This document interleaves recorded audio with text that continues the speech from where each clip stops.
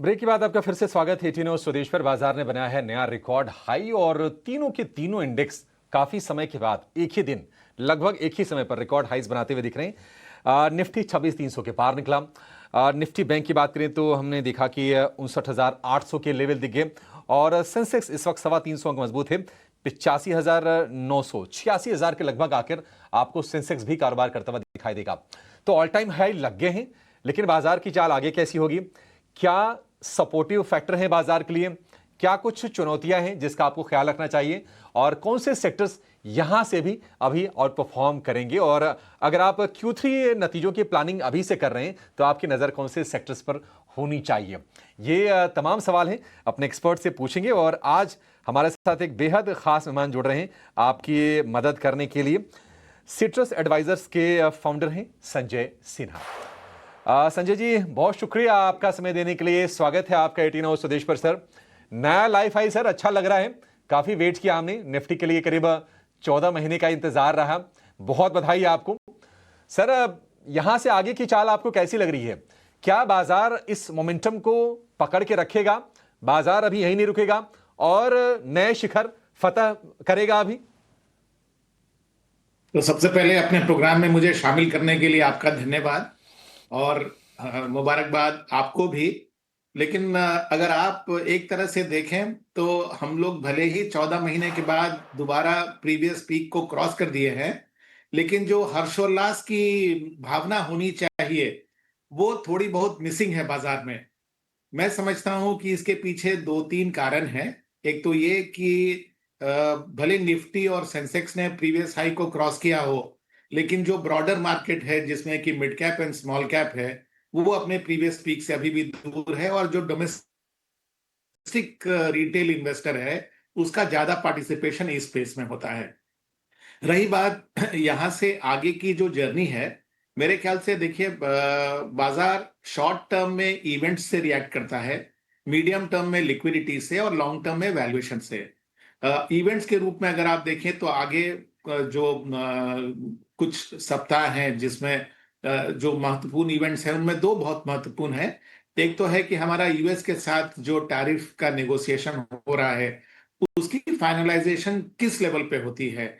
क्या हम 25% पर सेटल करते हैं या उससे ऊपर या नीचे, इस पर बहुत कुछ निर्भर करेगा बाजार की नियर टर्म आउटलुक। क्योंकि बाजार मेरे ख्याल से आज इस बात को डिस्काउंट कर रखा है कि जो हमारी डील होगी वो 25% के आसपास की होगी।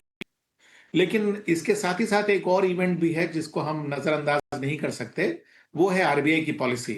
जिस तरह से इन्फ्लेशन की दर गिरी है, मेरे ख्याल से इससे एक रूम बन गया है आरबीआई के एक और रेट कट की। तो ये भी एक बाजार के लिए इंपॉर्टेंट इवेंट है। लेकिन जो मीडियम टर्म में बाजार को संभाल के रखेगा और आगे के ऊपर ले जाएगा वो है लिक्विडिटी। और मेरे ख्याल से जो पिछले कुछ दिनों में हम लोगों ने देखा है फॉरेन इंस्टीट्यूशनल इन्वेस्टर का फ्लोज पॉजिटिव होते हुए, अगर ये बरकरार रहा तो मेरे ख्याल से हम और भी ऊपर के लेवल की तरफ जा सकते हैं। संजय सर, तो जो आप ये कह रहे हैं कि पूरे ब्रॉडर मार्केट में जो तेजी नहीं बनी है, और हमने देखा अभी है कि अगर आप स्मॉल कैप इंडेक्स को देखेंगे तो ईयर टू डेट ये थोड़ा नेगेटिव दिखाई देगा। मिड कैप में तो पैसे बन गए हैं और लार्ज कैप में भी, लेकिन स्मॉल कैप में ये पेन रहा है। तो ये इसके पीछे सर वजह क्या रही है? क्या वहां पर वैल्यूएशन को लेकर कंफर्ट नहीं है, या फिर चूंकि ग्लोबली सिचुएशंस थोड़ी सी चैलेंजिंग रही हैं टैरिफ के मसले पर या फिर जियोपॉलिटिकल फ्रंट पर, तो इन्वेस्टर थोड़ी सेफ्टी की तरफ ज्यादा बढ़े हैं? मेरे ख्याल से इन सब का मिला जुला असर है। एक तो रीजन ये है कि पिछले सितंबर में जो स्मॉल कैप और मिड कैप के स्टॉक्स थे उनमें बहुत एक्सेसिव फ्रॉथ बिल्ड हो गया था, जो कि काफी हद तक सितंबर से लेके मार्च के बीच में क्लियर हुआ।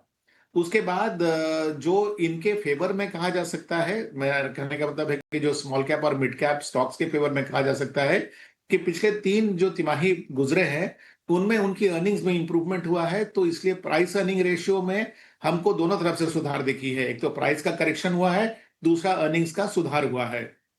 लेकिन देखिए, सारे मिड और स्मॉल कैप स्टॉक्स तो अच्छे क्वालिटी के नहीं होते, और बहुत लोगों ने अपने हाथ भी जलाए हैं कुछ आड़े तिरछे mid and small cap stocks में।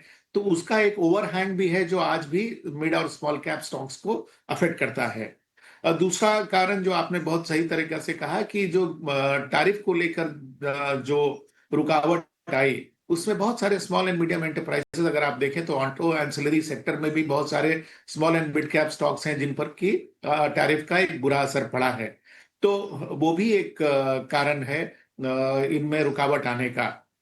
और तीसरा ये रहा कि जो एफआईआई की सेलिंग रही पिछले 1 साल 14 महीने में, करीब 1.5 लाख करोड़ की सेलिंग जो हुई, उसने हमारे लोकल सेंटिमेंट को बहुत ज्यादा बुलिश होने से रोका। हमारी सेंटिमेंट पॉजिटिव रही, इसलिए तो हम दोबारा पीक को रिक्लेम कर पाए, लेकिन बहुत बुलिश सेंटिमेंट नहीं हम कायम कर पाए, और इसके जो मैं समझता हूं इस सेंटिमेंट का भी ओवरहैंग स्मॉल और मिड कैप पर है। बिल्कुल संजय सर, एक और चीज समझना चाहेंगे कि जो बुल्स का जो बोलबाला है, जो दबदबा है, अभी आपको कहां पर लगता है कि आगे बना रहेगा? क्योंकि देखिए बीएफएसआई में हम अच्छी मोमेंटम देख रहे हैं, बैंकिंग फाइनेंशियल शेयर चल रहे हैं, आगे आरबीआई पॉलिसी का ट्रिगर भी है, आरबीआई गवर्नर ने कह दिया कि हम दरें घटाएंगे, लेकिन मेटल सिक्लिकल है।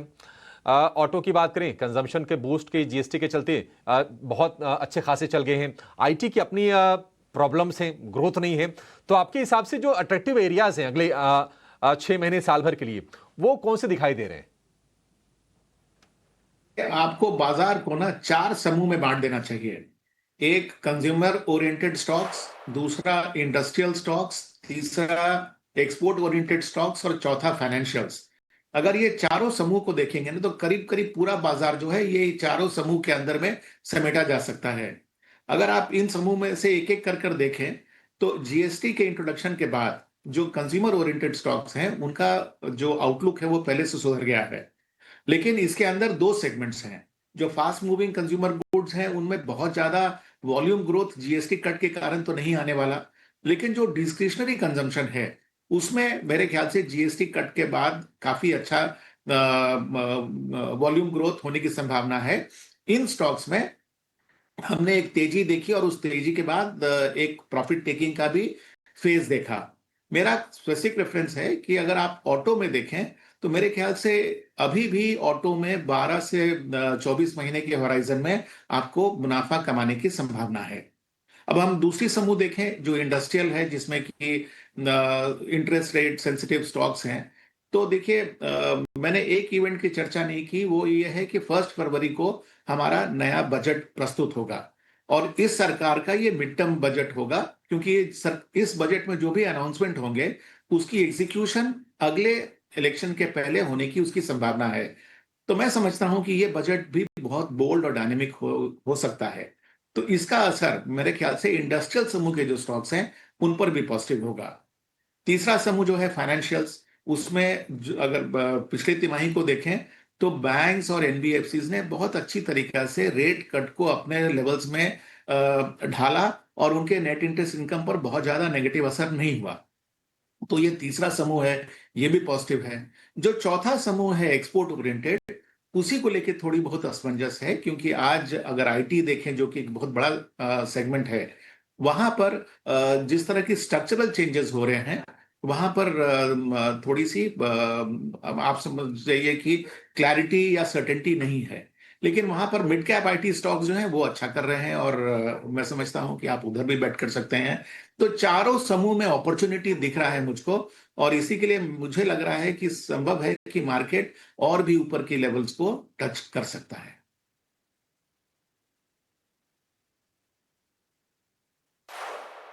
बहुत शुक्रिया। और बड़ी आपने खूबसूरती से सर, मतलब बाजार में अगर क्लैरिटी चाहिए, अगर आपको अपने पोर्टफोलियो को सेटअप करना है तो कैसे आप आसानी से चीज़ों को बाइफरकेट करके आगे बढ़ सकते हैं, इसके बारे में आपने गाइड किया। Thank you so much sir, आज हमें समय देने के लिए।